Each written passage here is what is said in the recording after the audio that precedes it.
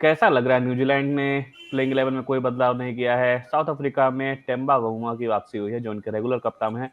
पिछले मुकाबले में कह सकते हैं रेगुलर कप्तान नहीं थे टेम्बा बाउमा, साउथ अफ्रीका के स्क्वाड के लिए अवेलेबल नहीं थे। आज वो अच्छा फ़ील कर रहे थे इंजरी से, कह सकते हैं उन्होंने अच्छी वापसी की। कैसे देखेंगे इस स्क्वाड को? कितना मजबूत मुकाबला होने वाला है, कह सकते हैं कितना बेहतरीन मुकाबला होने वाला है और आज किसको ये बाजी मिलेगी, कौन ये बाजी जीत कर यहाँ से निकलेगा इस मुकाबले से? देखिए, मैं तो यही कहूँगा कि अब तक चैंपियंस ट्रॉफी का ये वन ऑफ द स्ट्रॉन्गेस्ट और मोस्ट एक्साइटमेंट कंपटीशन होने वाला है, क्योंकि अब एक साइड में देखिए साउथ अफ्रीका अब तक की अनबीटन साइड रही है।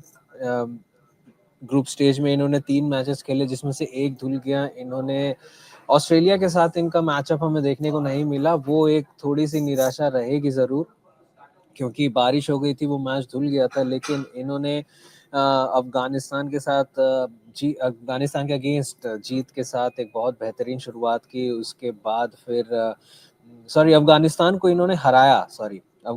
लास्ट इन्होंने मैच में हराया, जहाँ पे काफ़ी इनके साथ वहाँ से इनकी कहानी शुरू हुई। उसके बाद फिर जहाँ तक बात करें हम साउथ अफ्रीका की, तो तेम्बा बाउमा की वापसी हुई है। तेम्बा बाउमा खासकर काफ़ी अच्छे फॉर्म में भी रहे हैं। इसके पहले भी ट्राई सीरीज जो पाकिस्तान में खेली गई थी, वहाँ पे भी इन्होंने बहुत बेहतरीन प्रदर्शन किया था। उसके बाद फिर अब मुझे याद आया कि इन्होंने अफगानिस्तान के साथ एक के अगेंस्ट जीत के साथ शुरुआत की थी, फिर इन्होंने इंग्लैंड को जो धोया।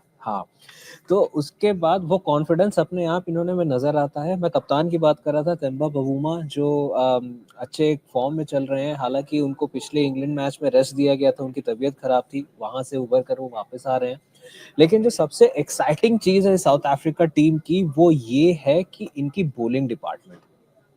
आप इनके बॉलिंग डिपार्टमेंट में नजर डालिए, Wiaan Mulder, Marco Jansen, Kagiso Rabada, Lungi Ngidi, ये जो 4 पेसर की चौकड़ी है ना इनकी, इन्होंने इंग्लैंड को भी परेशान किया था, अफगानिस्तान को भी हाथ पैर खोलने के मौके बिल्कुल नहीं दिए थे। उसके बाद केशव महाराज के लिए फिर वैसे ही वहां पे काम आसान कर दिया, एक कहने की एक बात है।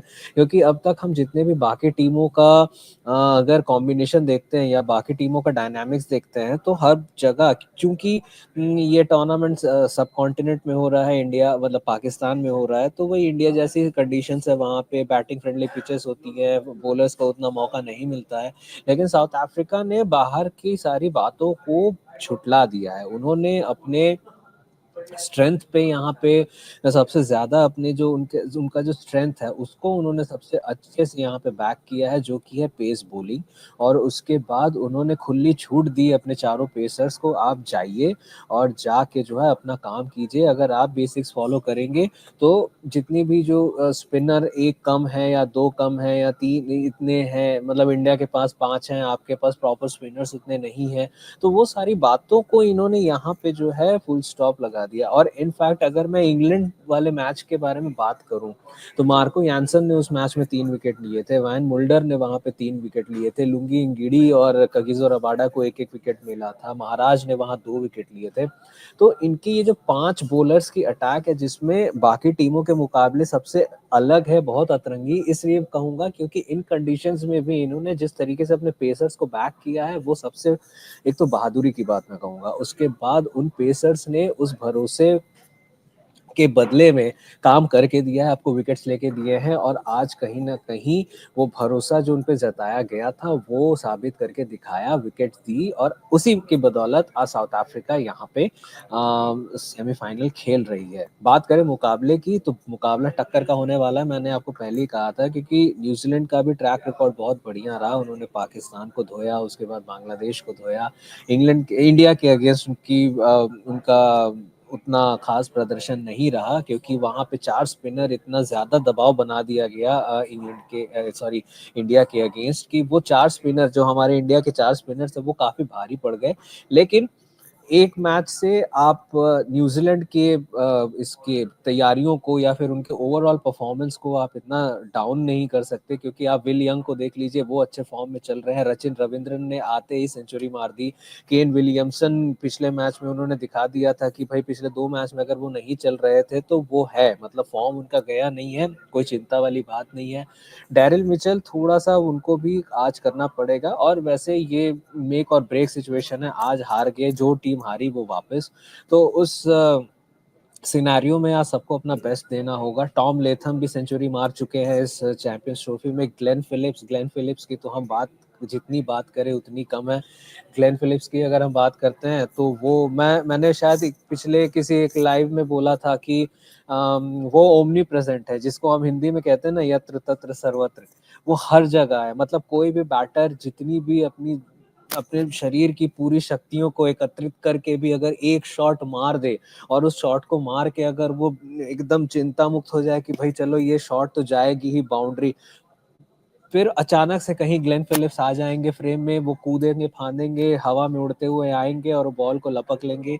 ये उनका सबसे पहला एक कंट्रीब्यूशन है, जो कि मेजर कंट्रीब्यूशन है, जो लोगों को दिखता है। उसके बाद बैटिंग से भी वो बहुत अच्छा कंट्रीब्यूट कर सकते हैं। नंबर 6-7 पे अगर आ भी रहे हैं तो वहां पे उनके पास, उनको भी पता है ज्यादा समय मिलेगा नहीं बड़ी इनिंग्स खेलने का, तो जितनी भी छोटे और लिमिटेड टाइम पीरियड में वो जितना आतिश बाजियों का प्रदर्शन कर सकते हैं, वो उनके लिए बहुत मतलब न्यूजीलैंड के को बहुत मदद करेगा। और तीसरी चीज, आपको केदार जाधव याद होंगे किस तरीके से वो अपने बॉलिंग से इंडिया टीम में एक फैक्टर ऐड करते थे, तो वही रोल यहाँ पे वो साइड आर्म बॉलिंग, वो लेफ्ट है ना, unconventional of spinning, off spin bowling, वो ग्लेन फिलिप्स यहाँ पे प्रोड्यूस करते हैं। तो देखिए अब इनके पास 1 2 3 4 5 6 नंबर तक तो यहाँ पे आपकी बैटिंग फिक्स है। अब माइकल ब्रेसवेल आ जाते हैं। माइकल ब्रेसवेल की बातें इस सीरीज में ज्यादा हो रही हैं, इस टूर्नामेंट में ज्यादा हो रही हैं, क्योंकि कप्तान मिचेल सैंटनर के बाद माइकल ब्रेसवेल पर ही टीम निर्भर कर रही है स्पिन बॉलिंग पे, और ऑलराउंडर हैं, बैटिंग से भी अपना जलवा दिखा सकते हैं बशर्ते उनका समय है। और उसके बाद मैट हेनरी, काइल जेमिसन और विलियम ओरूक, इन तीनों पेसर्स ने पिछले मैच ग्रुप स्टेज मैचेस में जो कारनामा किया, मैट हेनरी एक 5 विकेट हॉल लेकर आ रहे हैं। विलियम ओरूक से उतनी उम्मीदें नहीं लगाई जा रही थी, लेकिन जिस तरीके का प्रदर्शन उन्होंने पाकिस्तान और बांग्लादेश के अगेंस्ट किया वो काबिल तारीफ है। काइल जेमिसन, उनको कद का फायदा मिलता है, हम हमेशा से इस बारे में बात करते हुए आ रहे हैं। तो देखिए मैं फिर वही आखिरी में यही कहूंगा कि दोनों टीमों ने अपना बेस्ट 11 मुझे लगता है यहाँ पे फील्ड किया है। बस देखना ये है कि मुकाबला किसकी ओर जाता है।